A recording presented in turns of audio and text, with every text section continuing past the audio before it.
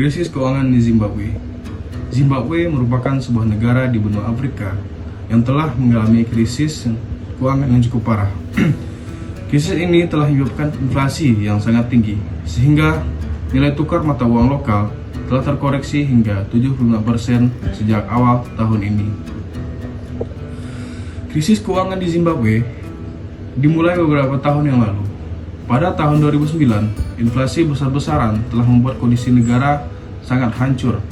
Bank Sentral Zimbabwe mencetak uang kertas pecahan 100 triliun, tetapi uang tersebut tidak cukup untuk membayar ongkos bus selama 1 minggu. Akibatnya, nilai tukar mata uang Zimbabwe menjadi sangat rendah, sehingga Bank Sentral Zimbabwe memutuskan untuk menghapus mata uang tersebut dalam pembayaran dalam negeri. Faktor krisis keuangan di Zimbabwe disebabkan oleh beberapa faktor, termasuk ketidakmampuan dalam melunasi hutang.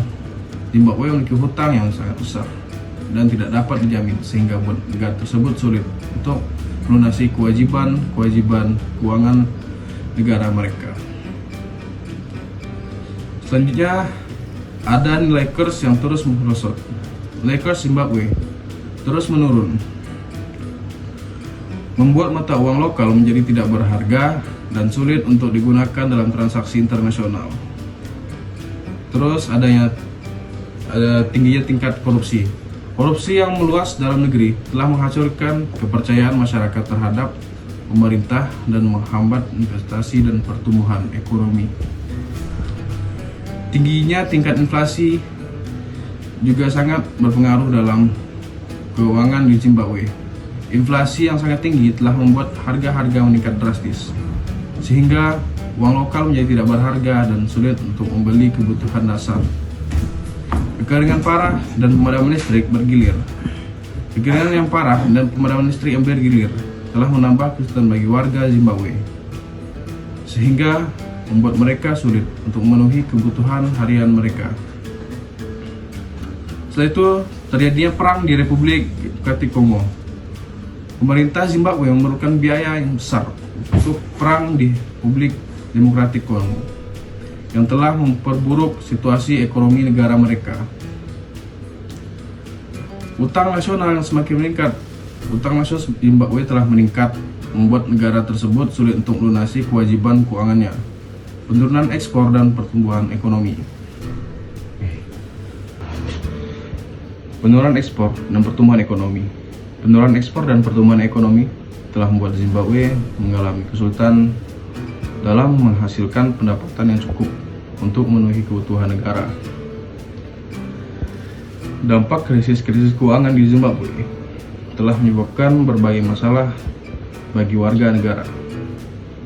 Inflasi yang sangat tinggi telah membuat harga-harga meningkat cukup drastis, sehingga warga harus menghabiskan sebagian besar pendapatan mereka untuk membeli kebutuhan dasar.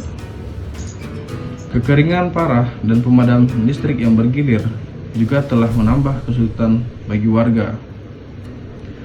Sebagian warga harus menjual ternak dan tanah, membelanjakan tabungan, menarik anak-anak mereka dari sekolah, hingga mengemis untuk memenuhi kebutuhan harian mereka.